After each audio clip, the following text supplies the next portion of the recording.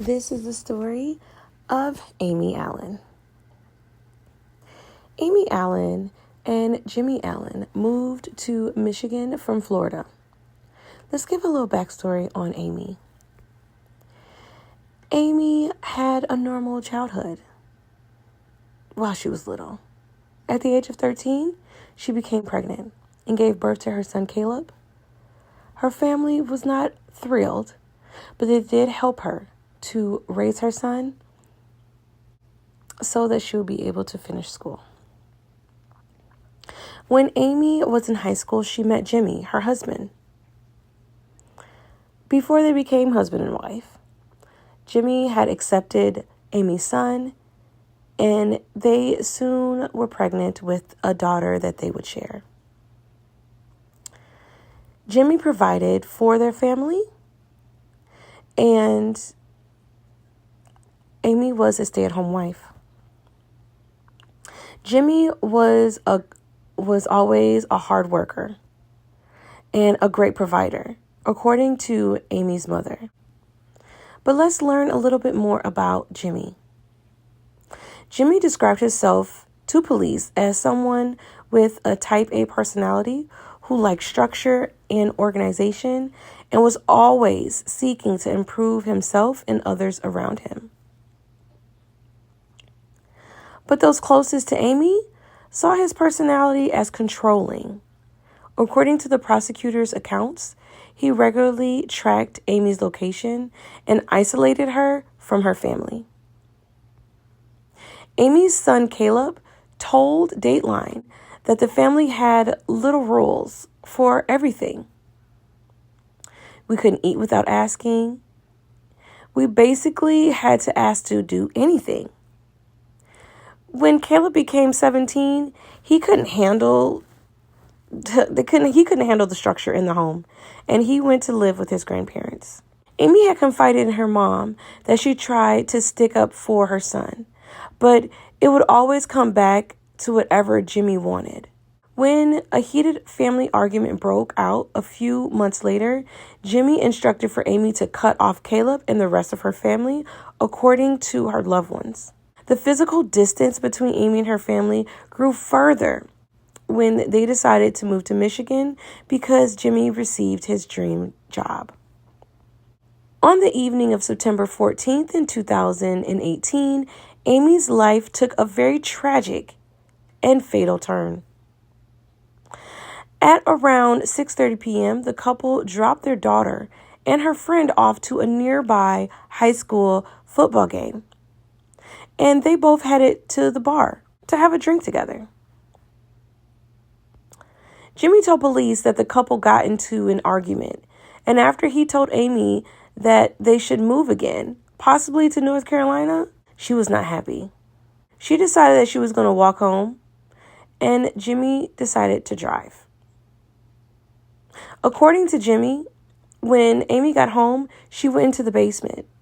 He said he tried to check on her, but she started swearing, and he just decided to go back upstairs and watch TV.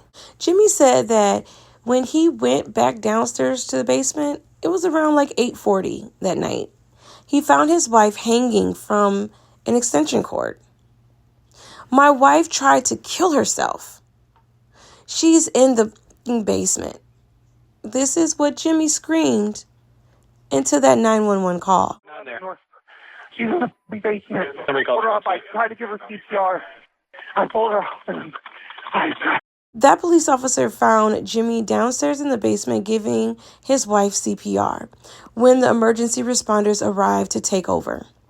Jimmy became hysterical, loud moaning and wailing, but Horn noted that he never saw an actual tear fall from his face. Police department, police department. Hello, help, Yes. please.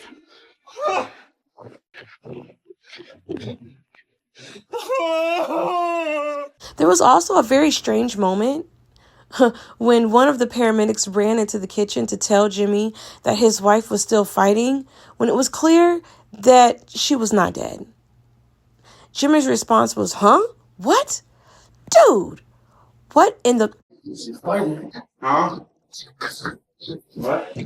Says she's fighting. Amy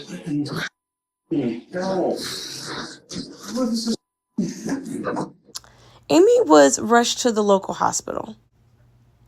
And what is crazy, Jimmy's father called Amy's family 14 hours later.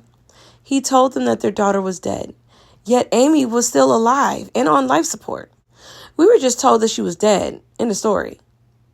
And that was after 14 hours, after everyone else knew what was going on. You know, when there's an emergency, usually you call, according to Amy's sister. Amy's family rushed to be by her side and was able to say their goodbyes before she died at the hospital. But the family made sure before they left town that they went to the police station to share their suspicions that Amy had not killed herself. Little did they know the Michigan State Police would later reach the same conclusion. In addition to Jimmy's odd behavior that night, authorities learned that the shy and quiet Amy had been carrying on an affair for nearly 3 years with a man named George that she met online. It was a fairly significant amount of communication between them. And we also learned that they had met up a couple times, according to the prosecuting attorney. Authorities initially believed it could have been a motive for murder, but Jimmy seemed genuinely shocked to learn about the affair and insisted his wife didn't have the capacity to do anything like that. At the end of the day, Jimmy's story just wasn't adding up to the police. From the beginning, investigators had also been troubled by the very low height of the ceiling in the basement to kind of go with what Jimmy was saying had happened to Amy.